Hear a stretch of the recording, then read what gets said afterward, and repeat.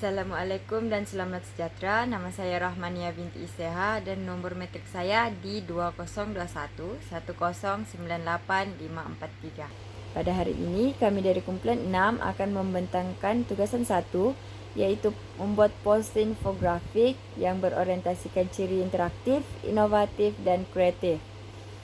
Tajuk yang telah kami pilih ialah Sumbangan Tamadun Islam di Malaysia dan saya akan membentangkan pengenalan tentang tajuk ini. Terdapat pelbagai teori perkembangan tamadun Islam di Malaysia, antaranya kedatangan Islam daripada Arab, Cina dan India. Pertama sekali, Islam dikatakan dibawa terus dari semenanjung tanah Arab pada kurun ke-7. Yang kedua, Islam dikatakan dibawa dari Kelantan dan Hainan pada kurun ke-9. Dan yang ketiga, Islam dibawa dari Gujarat, India. Tamadun Malaysia sebelum kedatangan tamadun Islam menerima banyak kepercayaan, antaranya Hinduisme, Buddhisme dan juga animisme. Hinduisme berasal daripada benua India dan tidak mempunyai pengasas, manakala Buddhisme muncul daripada agama Hindu dan diasaskan oleh Siddhartha Gautama. Akhir sekali, kepercayaan animisme iaitu beramal dengan amalan orang-orang asli, iaitu kepada makhluk halus dan roh untuk meminta pertolongan. Tamadun Islam dibawa oleh Nabi Muhammad SAW sebagai petunjuk untuk meraih kebahagiaan di dunia dan akhirat.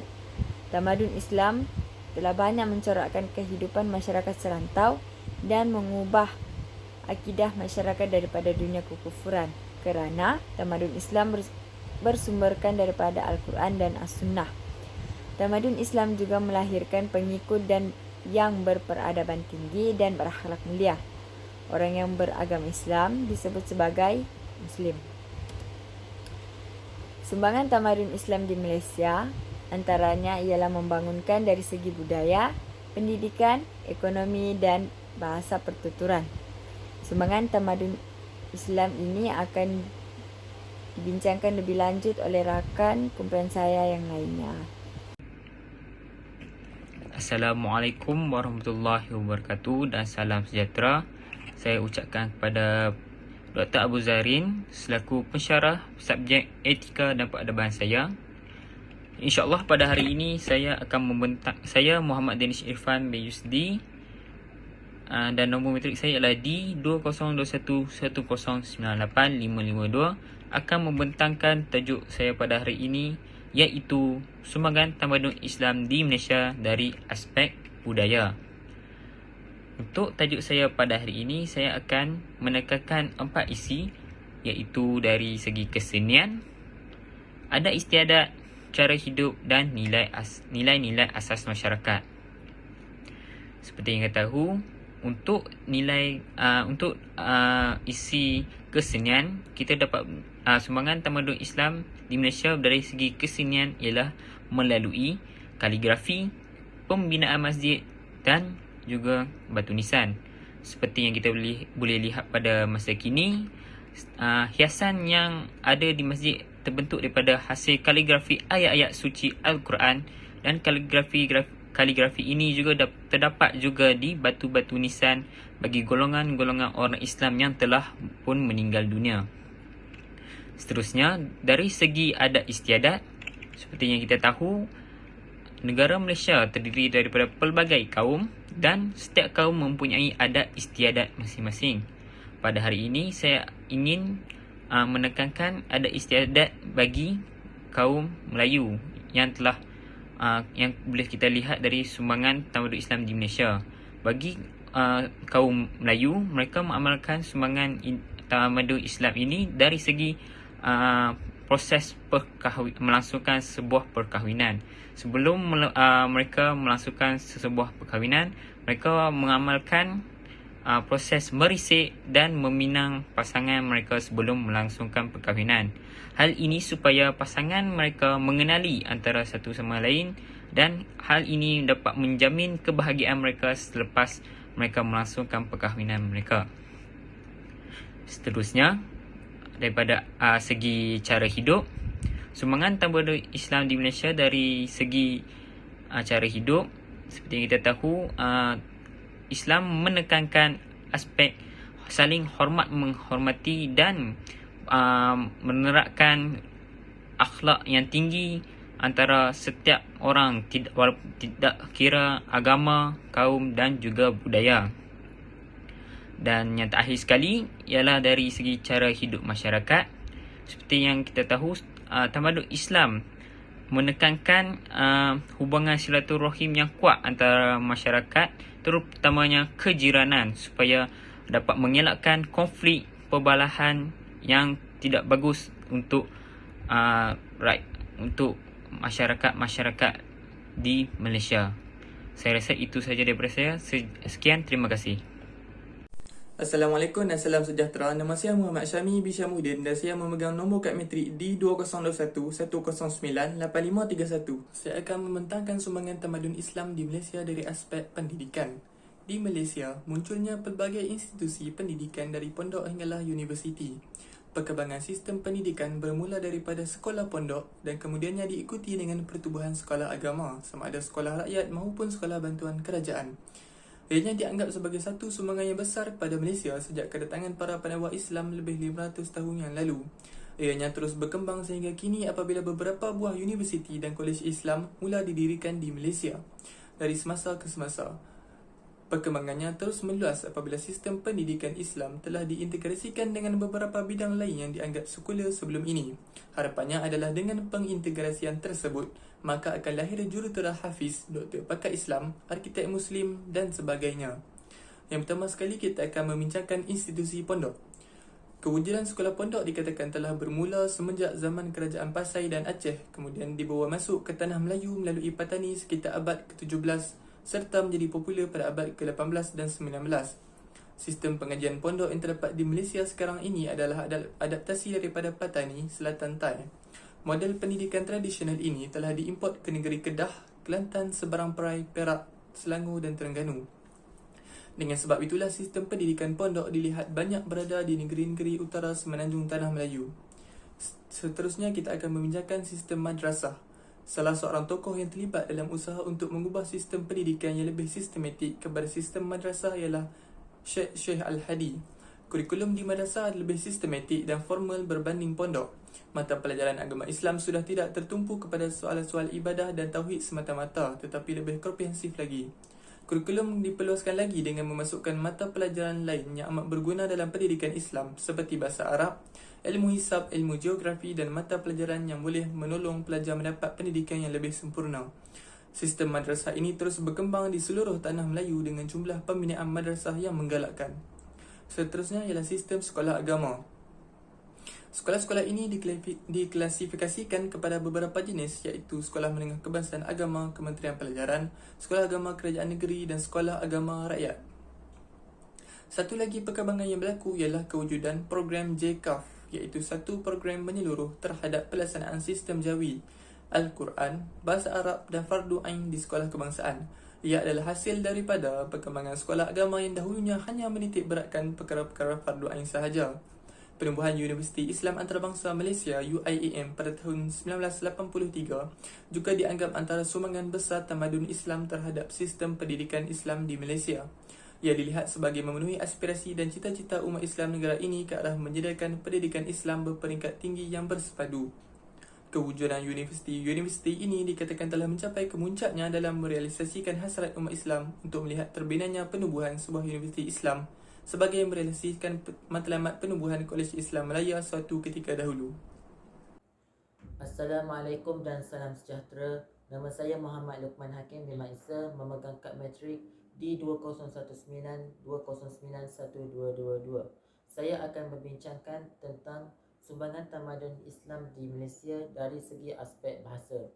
Pengaruh agama Islam yang semakin kuat di Asia Tenggara telah menyebabkan berlakunya peralihan bahasa Melayu kuno ke bahasa Melayu klasik. Bahasa Melayu kuno banyak mengalami perubahan dari segi kosakata, struktur ayat dan tulisan. Ia telah berjaya memartabatkan bahasa Melayu dengan cara membentuk para penggunanya menuturkan perkara-perkara yang bersifat ilmiah, membicarakan persoalan metafizik, falsafah dan saintifik.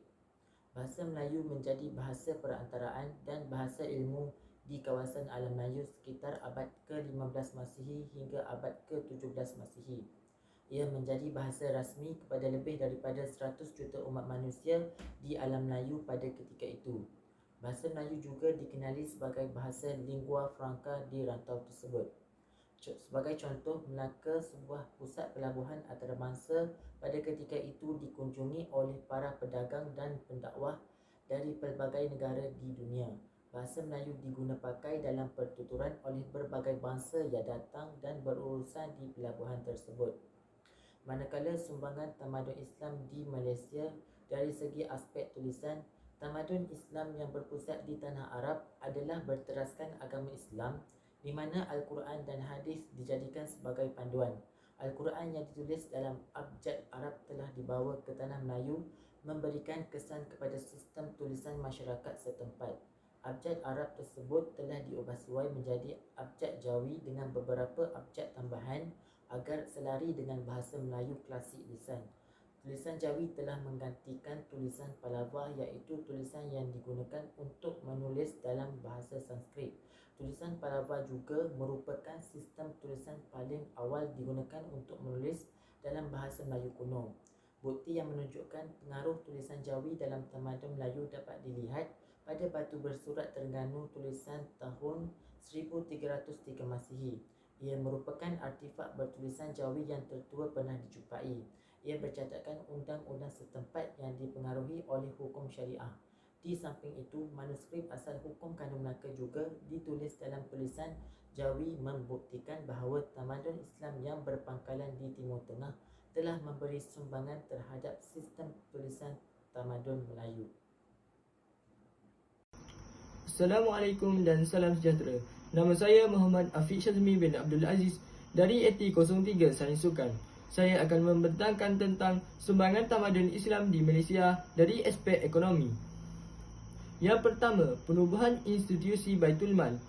Terdapat banyak perubahan dalam segi ekonomi yang berlaku setelah tamadun Islam meluas di Malaysia. Antaranya ialah penubuhan institusi Baitul Mal. Institusi Baitul Mal sememangnya telah lama wujud di Malaysia semenjak zaman pemerintahan Islam. Baitul Mal merupakan kumpulan harta amanah majlis atau Jabatan Agama Islam Negeri, dan Baitul Mal itu hanya sebahagian daripada pembendaharaan negeri yang diasingkan dan bukannya sebahagian perbendaharaan negara. Serutu pentadbiran Baitul Mal adalah terletak di bawah suatu badan dikenali sebagai Majlis Agama Islam dan Adat Istiadat Melayu. Antara sumber Baitul Mal yang ada di Malaysia ialah zakat, wakaf, harta tercicir dan lain-lain. Konsep Baitul Mal sehingga sekarang masih diteruskan. Yang kedua ialah prinsip perniagaan diperkenalkan.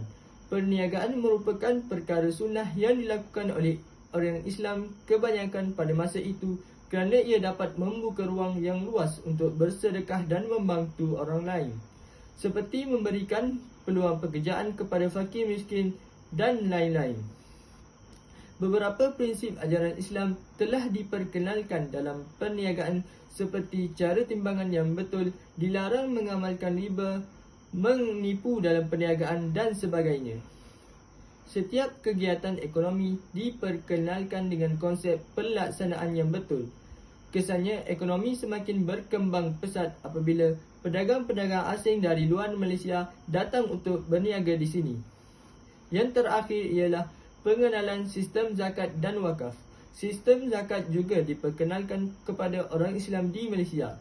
Zakat merupakan salah satu daripada sumber ekonomi utama bagi negara Islam di Malaysia. Pentadbiran dan pengurusan zakat dikelola oleh Majlis Agama Islam di setiap negeri. Pihak Main bertanggungjawab dalam menentukan kelayakan penerima zakat.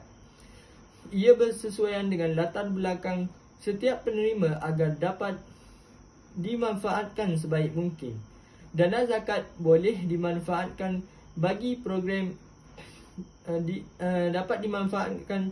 program pembangunan ekonomi bertujuan meningkatkan taraf ekonomi golongan asnaf melalui menyediakan peluang-peluang perniagaan dan ekonomi keusahawanan. Sistem wakaf juga mendorong dalam pembangunan ekonomi Islam di Malaysia. Wakaf merupakan satu mekanisme perkongsian harta kekayaan seseorang dengan orang lain. Dalam ekonomi, wujudnya golongan yang mengagih semua harta kekayaan kepada orang lain. Ia sangat penting kerana ia boleh membantu mencapai pembangunan ekonomi sesebuah negara. Sekian daripada saya. Secara kesimpulan tentang tajuk ini iaitu sumbangan tamadun Islam di Malaysia, ialah tamadun Islam telah menjadi pemangkin kepada perubahan dalam semua aspek kehidupan dan banyak mencorakkan kehidupan masyarakat Malaysia. Nilai-nilai yang diajar dalam tamadun Islam telah diserap dalam kehidupan masyarakat Malaysia. Dan tamadun Islam telah memberi banyak sumbangan besar kepada Malaysia dari segi pendidikan, bahasa pertuturan, ekonomi dan juga budaya agar Malaysia mampu membangun dengan pesat dan harmoni. Baiklah, setakat itu sahaja pembentangan kami berkaitan poster infografik ini. Sekian, terima kasih.